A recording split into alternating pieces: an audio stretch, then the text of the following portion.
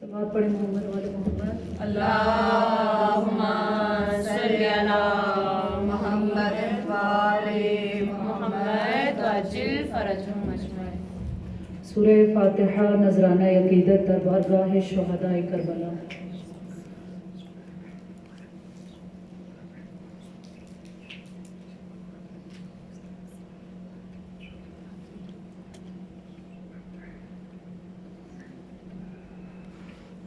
صلوات پڑھیں محمد والے محمد.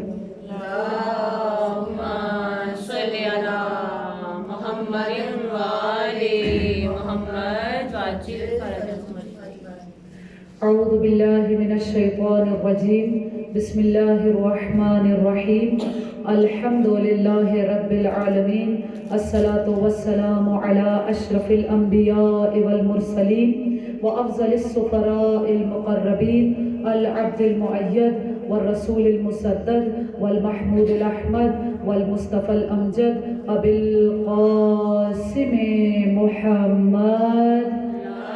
اللہم صلی علی محمد وآل محمد وعجل فرجهم وعلى آله الطيبين الطاهرين المعصومين المظلومين الذين هم أركان الإيمان وأمناء الرحمن وبهم يمسك الله السماء أن تقال الأرض وبهم يمسك الله الأرض أن تميد بأهلها وبهم تنشر الرحمة ولولاها منهم لساقت بأهلها لا سيما بقية الله. روحي وأرواحنا لتراب مقدمه الفداء الذي يملأ الأرض قسطا وعدلا بعدما ملئت ظلما وجورا. اللهم اجعلنا من انصاره وأعوانه ولا تجعلنا من أعدائه. صلوات پڑھیں محمد والے محمد. اللہم صلی علی محمد وآل محمد وعجل فرجهم اجمعین. أما بعد فقد قال الله تبارك وتعالى في كلامه المبين وهو أصدق القائلين. بسم الله الرحمن الرحيم. فأما الإنسان إذا ما ابتلاه ربه فأكرمه ونعمه فيقول ربي أكرمن وأما إذا ما ابتلاه فقدر عليه رزقه فيقول ربي أهانن. صلوات پڑھیں محمد والے محمد. اللہم صلی علی محمد وآل محمد وعجل فرجهم اجمعین. مسلسل جو گفتگو ہو رہی ہے سورہ فجر کی آیت نمبر 15 اور 16 جو آپ کے سامنے ابھی تلاوت کی. پروردگار عالم ارشاد فرما رہا ہے کہ جب پروردگار انسان کو آزمائش میں ڈالتا ہے اسے ابتلا میں ڈالتا ہے تو کبھی ایسا ہوتا ہے کہ پروردگار اس کے اوپر نعمتوں کی بارش کرتا ہے. اس وقت انسان یہ سمجھ لیتا ہے کہ میرے پروردگار نے میرا اکرام کیا, میری عزت اور توقیر بڑھائی. لیکن اگر دوسری طرف پروردگار عالم اس وقت بھی آزمائش کرتا ہے فقدر علیہ رزقہ, لیکن فرق کیا ہوتا ہے, پہلے پروردگار عالم اکرام کر رہا ہے, اس پر نعمتوں کی بارش کر رہا ہے, اس کا رزق زیادہ ہے. لیکن دوسری طرف کیسا ہوتا ہے, فقدر علیہ رزقہ, پروردگار اپنے رزق کو اس کے اوپر تنگ کر دیتا ہے. دونوں آزمائشیں ہیں, دونوں ابتلا ہیں. آیت کا پہلا حصہ یہی بتا رہا ہے کہ دونوں دفعہ پروردگار انسان کی آزمائش کر رہا ہے, اسے ابتلا میں ڈال رہا ہے, اس کا امتحان لے رہا ہے. کبھی امتحان یہ ہے کہ نعمتیں دے کر امتحان لے رہا ہے, کبھی امتحان ایسا ہے کہ نعمتیں لے کر. لیکن دونوں دفعہ کیا ہے, امتحان ہے. لیکن انسان کی فطرت کیا ہے, پہلی مرتبہ وہ کیا سمجھتا ہے کہ میرے پروردگار نے میرے اوپر اکرام کیا, اور دوسری دفعہ یہ سمجھتا ہے کہ پروردگار نے میری اہانت کر دی ہے. صلوات پڑھیں محمد والے محمد. اللہم صلی علی محمد وآل محمد وعجل فرجهم. پروردگار عالم نے دونوں طرح کی نعمتیں انسان کو دی ہیں, مادی نعمتیں بھی ہیں اور روحانی اور معنوی نعمات بھی ہیں. وہ نعمتیں جن کا تعلق اس دنیا سے ہے انہیں مادی نعمات یا حیوانی نعمات کہا گیا, اور وہ نعمات کے جن کا تعلق آخرت سے ہے پروردگار نے ان نعمات کو انسانی نعمات قرار دیا ہے. دونوں نعمات ہیں, دونوں پروردگار کی طرف سے عطا کردہ نعمتیں ہیں. لیکن جہاں جو بیان کرنے کا مقصد ہے وہ یہ ہے کہ اگر ان دونوں نعمتوں کے اندر کلیش ہو جائے کہ انسان کون سی نعمت کو اپنے لیے انتخاب کرے, آیا مادی نعمت کو چنے یا روحانی معنوی اخروی نعمت کو چنے. جب دنیا اور آخرت کے درمیان ایک کلیش ہونے لگے تو وہاں پر انسان اپنے لیے کس چیز کا انتخاب کرے گا, کون سی نعمت کو فوقیت عطا کرے گا. تو ائمہ کی تعلیمات سے, قرآن کی تعلیمات سے یہی پتہ چلتا ہے کہ وہاں پر جہاں پر دنیا اور آخرت میں ٹکراؤ ہو جائے تو وہاں ایک انسان مومن کا کردار کیا ہونا چاہیے کہ اسے دنیا کو ٹھکرا دینا چاہیے, آخرت کو اپنے لیے انتخاب کر لینا چاہیے. امام علی علیہ السلام کے سامنے بھی کئی مرتبہ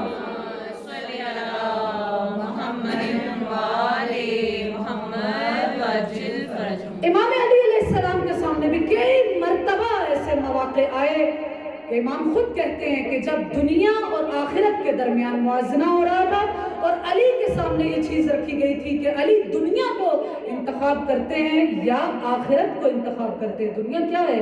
وہی گناہ ہے, یعنی گناہ کو انتخاب کرتے ہیں, پروردگار کی معصیت کا انتخاب کرتے ہیں, پروردگار کی نافرمانی کا انتخاب کرتے ہیں, یا آخرت کو انتخاب کرتے ہیں, پروردگار کی رضا اور خوشنودی کو انتخاب کرتے ہیں. خطبہ نمبر 224 ہے نہج البلاغہ کے اندر, انشاءاللہ کہ سب اس کو ضرور پڑھیے گا. آج تھوڑا سا اس کا ایک حصہ آپ کے سامنے پیش کروں گی کہ امام علی علیہ السلام بتاتے ہیں کہ کس طرح میرے سامنے بھی جب دنیا اور آخرت کو سامنے رکھا گیا علی نے کس چیز کا انتخاب کیا. امام کیا فرماتے ہیں, اعجب من ذالک تارک ترکنا بملفوفۃ من وعائها عجینا. امام کیا کہتے ہیں, میرے سامنے ایک ایسا موقع آیا کہ اشعث ابن قیس, آپ نے نام سنا ہوا ہے, اشعث ابن قیس امام کے گھر میں آیا. کیوں آیا؟ کیونکہ اس کا ایک مقدمہ علی کی عدالت میں ہے, اگلے دن اس کی سماعت ہونی ہے. اشعث ابن قیس کیا چاہتا ہے کہ آئے امام علی علیہ السلام کے گھر پر, نعوذ باللہ امام کو کچھ پیش کرنا چاہتا ہے کہ اس طریقے سے امام اس کی طرفداری کریں گے, اس کی طرف توجہ کریں گے, اور کل جو مقدمہ کی جب سماعت ہوگی تو علی اس کی سائیڈ لے لیں گے. امام کیا کہتے ہیں, اعجب من ذالک تارک ترکنا بملفوفۃ من وعائها عجینا. کہا کہ رات کے وقت, تارک کسے کہتے ہیں؟ تارک جو رات کو آئے اور دروازہ کھٹکھٹائے. عربوں میں اس وقت جب امام کا دور ہے ایسا ماحول نہیں تھا کہ آج آپ کسی وقت بھی کسی کے گھر چلے جائیں, نہیں, سر شام دروازوں کو بند کر دیا جاتا تھا. امام کیا کہتے ہیں, ایسے وقت میں اشعث ابن قیس میرے دروازے پر آیا کہ جس وقت میں کوئی کسی کے گھر آتا نہیں تھا. اس نے کیا کیا, صرف آیا نہیں, طارق ترکنا بملفوفۃ من وعائها عجینا. اس کے ہاتھ میں ایک برتن ہے جو ڈھکا ہوا ہے, ڈھکا ہوا ہے, اور اس برتن کے اندر کیا ہے؟ عجینا, کوئی حلوہ ہے, کوئی اس طرح کی چیز ہے, میٹھی چیز ہے جو امام کے سامنے لے کر آیا ہے. امام نے کیا کہا ہے کہ طارق ترکنا بملفوفۃ من وعائها عجینا. وہ ایسا ایک حلوہ یا عجینہ, کوئی ایسی چیز لے کر آیا, ابھی اس نے دکھایا نہیں ہے. امام کیا کہہ رہے ہیں, وہ ڈھکی ہوئی ہے, من وعائها, اس برتن کو کیا ہوا ہے, بملفوفۃ, ڈھکا ہوا ہے, اور اس کے اندر کوئی حلوہ ٹائپ کی چیز, کوئی عجینہ ٹائپ کی چیز ہے, ابھی اس نے کچھ کہا بھی نہیں. امام کیا کہتے ہیں, شنعتها, مجھے اس سے اتنی کراہت ہوئی, اتنی کراہت ہوئی, کأنما عجنت بریق الحیہ اوقیہا. امام نے کتنی بہترین مثال دی, کتنا نفرت دکھائی اس کے مقابلے میں. امام کیا کہتے ہیں, کہا مجھے ایسا لگا کہ اس کو عجینہ کو گوندھا گیا تھا. کس چیز سے گوندھا گیا تھا؟ بریق الحیہ اوقیہا, اس طرح کہ جیسے سانپ کے زہر سے اسے گوندھا گیا. اوقیہا یعنی اس سے بھی بدتر کہ جیسے سانپ نے قے کر دی ہو اور اس سے اسے گوندا جائے. اس سے بڑی مثال کیا امام دے سکتے ہیں جو کسی کو ناگوار گزرے. کہا کہ مجھے اتنی اس سے ناگواری ہوئی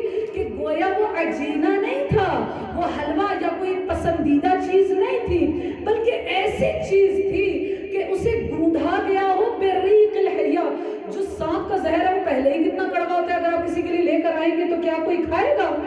امام کیا کہہ رہے ہیں کہ بریق الحیہ، سانپ کے زہر سے اسے گوندا گیا ہے، او قیئہا، یا اس سے بھی بدتر کہ اس کی قے سے اسے گوندا گیا ہے۔ اسی لیے امام کیا کہتے ہیں؟ شلیتھا، مجھے بہت گھن آئی، مجھے بہت کراہت ہوئی، مجھے بہت ناگوار گزرا کہ یہ اشعث ابن قیس رات کے وقت کیا لے کر آیا ہے۔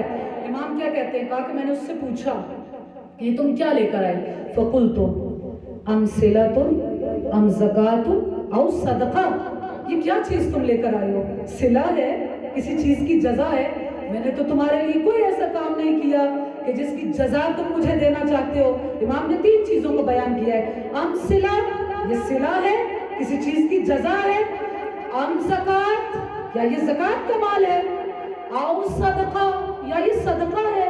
فذالک محرم علینا اہل البیت، اگر یہ زکوٰۃ اور صدقہ لے کر آئے ہو تو یہ ہم اہل بیت پر حرام ہے۔ یہ اہل بیت کا درس ہے نا۔ دیکھیے مجھے ابھی یہاں پر بیٹھے بیٹھے یاد آ رہا ہے کہ شام کے بازاروں میں بھی جب اہل بیت کا قافلہ گزرا تھا کہ یہ علی و فاطمہ کی تربیت ہے نا، کیا واقعہ ملتا ہے کہ کچھ عورتوں نے اپنی چھتوں سے اہل بیت کے بچوں پر جو بھوکے پیاسے نظر آ رہے ہیں ان کے اوپر کھجوروں کو پھینکا تھا۔ جناب زینب نے فوراً ان کھجوروں کو اٹھا کر واپس پھینک دیا تھا اور کیا کہا تھا کہ یہ صدقہ ہمارے اوپر حرام ہے۔ ہم بھوک اور پیاس کو تو برداشت کر سکتے ہیں لیکن حرام کبھی بھی استعمال نہیں کر سکتے۔ امام کیا پوچھ رہے ہیں؟ فقلت ام صلہ ام زکوٰۃ ام صدقہ، یہ کیا چیز ہے؟ یہ صلہ ہے، یہ زکوٰۃ ہے، یہ صدقہ ہے۔ صلہ ہے تو میں نے تو کوئی ایسی کام کیا نہیں ہے کہ جو تم لے کر آئے ہو۔ یہ زکوٰۃ اور اگر صدقہ ہے تو فذالک محرم علینا اہل البیت، یہ ہم اہل بیت کے اوپر حرام ہے۔ اس نے کیا جواب دیا؟ ظاہر ہے وہ بھی اپنے تئیں تو سمجھتا تھا نا کہ علی کیسا انسان ہے۔ اس نے کیا کہا؟ کہا کہ لا ذاک ولا ذالک، امام یہ نہ سمجھیے کہ میں کوئی صدقے کا مال لے کر آیا ہوں، میں زکوٰۃ کا مال لے کر آئی ہوں، کوئی صلے کا مال لے کر آیا ہوں، نہ یہ ہے نہ وہ ہے، نہ یہ زکوٰۃ ہے نہ یہ صدقہ ہے۔ آپ انکار کر رہے ہیں نا۔ پہلی مرتبہ امام نے کیا کہا ہے کہ یہ اگر زکوٰۃ یا صدقہ ہے تو ہم اہل بیت کے اوپر حرام ہے۔ اشعث ابن قیس کیا کہتا ہے؟ مولا یہ نہ وہ ہے نہ یہ ہے، یعنی جو کچھ بھی آپ نے کہا ہے یہ وہ نہیں ہے، بلکہ کیا کہا ہے؟ بلہیا ہدیہ، یہ میری طرف سے ہدیہ ہے۔ امام جانتے ہیں کہ وہ رشوت کو نام دے رہا ہے تحفے کا۔ آج بھی بار ایسا ہوتا ہے کہ کئی مرتبہ جب کسی معاملے میں رشوت دی جاتی ہے تو جو چیز دی جاتی ہے اس کو کیا کہا جاتا ہے؟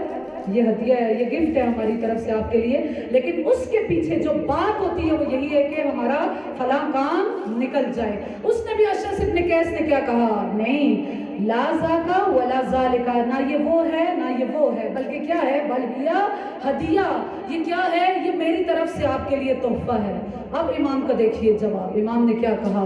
حبلت کا کالحبول، جوان مردوں کی مائیں تیرے اوپر گریا کریں۔ امام نے اس کو مطلب ایک برا لفظ کہا نا، کیا کہا؟ حبلت کا کالحبول، جوانوں کی مائیں جو ہیں وہ تیرے اوپر گریا کریں۔ تو آیا ہے اس لیے کہ اتیتنی لتخدعنی عن دین اللہ، تو چاہتا ہے کہ اللہ کے دین کے معاملے میں علی کو دھوکہ دے دے، علی کو دھوکہ دے دے۔ یہ عجینہ کیا چیز ہے؟ ایک پلیٹ حلوہ تو لے کر آیا ہے اور یہ سمجھ رہا ہے کہ علی کیا کریں گے؟ علی میری طرفداری کریں گے، کل جب مقدمہ ہوگا علی یہ نہیں دیکھیں گے کہ حق کس کی طرف ہے، عدل کس کی طرف ہے، انصاف کس کی طرف ہے، بلکہ علی میرے حق میں فیصلہ کر دیں گے۔ تو یہ ایک پلیٹ حلوہ لے کر آیا اور تو نے یہ سمجھا کہ اس پلیٹ حلوے کے ذریعے سے تو علی کے ایمان کو خرید لے گا اور اسے دھوکہ دے دے گا۔ اتیتنی لتخدعنی، تو آیا ہے اس لیے، صلوات پڑھے محمد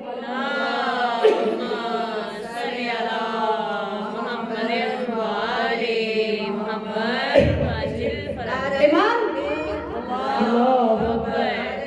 اللہ یا رسول اللہ، یا علی علی علی علی کا شوہر علی علی حسین کا بابا علی علی مولود کعبہ علی علی کعبے میں ولادت علی علی مسجد میں شہادت علی علی سچا نعرہ علی علی حق کا نعرہ علی علی آکاش کا تارا علی علی ناروں میں نعرہ علی علی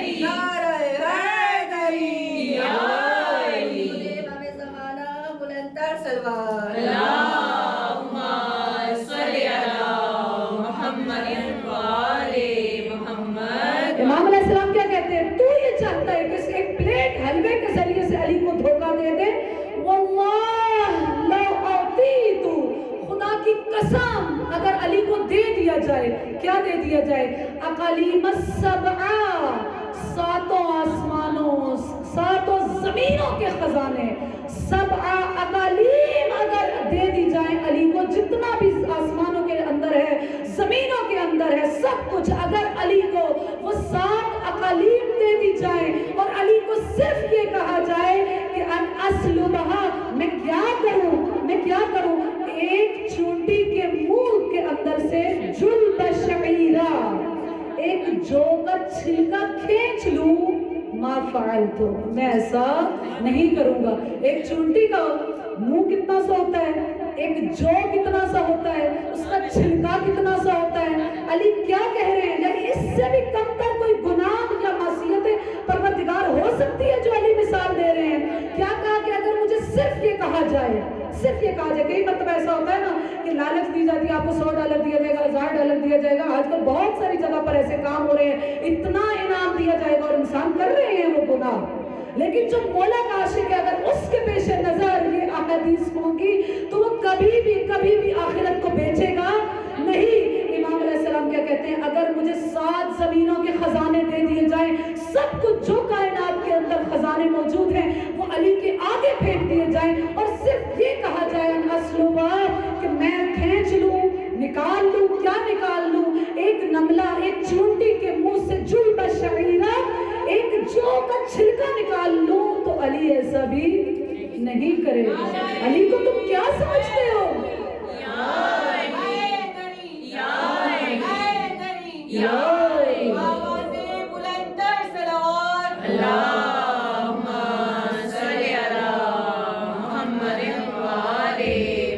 اور پھر امام علیہ السلام نے ایک اور مثال پیش کی، کہا کہ یہ تمہاری دنیا لأحون، میرے نزدیک اتنی پست ہے۔ یہ جو تمہاری دنیا کیا ہے؟ یہی ہے نا کہ جس کی وجہ سے انسان گناہ کرتا ہے، مجبوری ہو گئی تھی، کیا کریں، ماحول ایسا ہے، یہ ہے وہ ہے، کتنے بہانے انسان اس دنیا کے لیے پیش کرتا ہے نا، اس گناہ، اس معصیت پروردگار کو کرنے کے لیے۔